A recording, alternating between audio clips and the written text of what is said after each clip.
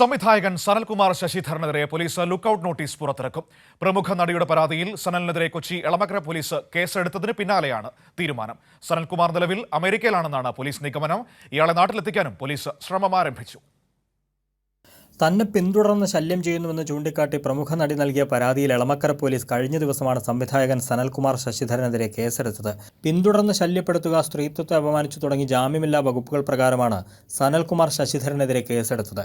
നടിയുടെ വിശദമായ മൊഴിയെടുക്കുമെന്ന് പോലീസ് അറിയിച്ചു. അതേസമയം സനൽകുമാർ നിലവിൽ അമേരിക്കയിലാണെന്നാണ് പോലീസ് നിഗമനം.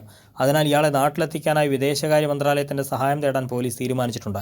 കൂടാതെ സനലിനെ കണ്ടെത്തുന്നതിനായി ഉടൻ ലുക്കൌട്ട് നോട്ടീസ് ഇറക്കുമെന്നും പോലീസ് അറിയിച്ചു. 2 വർഷം മുൻപ് സനലിനെതിരെ നടി നൽകിയ സമാന പരാതിയിൽ കുറ്റപത്രം നൽകാനിരിക്കെയാണ് രണ്ടാമത്തെ കേസ് ഇയാൾക്കെതിരെ രജിസ്റ്റർ ചെയ്തത്. പ്രണയാഭ്യർത്ഥന നിരസിച്ചതിന് പിന്തുടർന്ന് അപമാനിക്കുന്നുവെന്ന് ആരോപിച്ചാണ് 2022 നടി സനൽകുമാറിനെതിരെ പോലീസിൽ പരാതി നൽകിയത്. പരാതിയുടെ അടിസ്ഥാനത്തിൽ കേസെടുത്ത പോലീസ് തിരുവനന്തപുരത്ത് നിന്നും സനലിനെ അറസ്റ്റ് ചെയ്തിരുന്നു.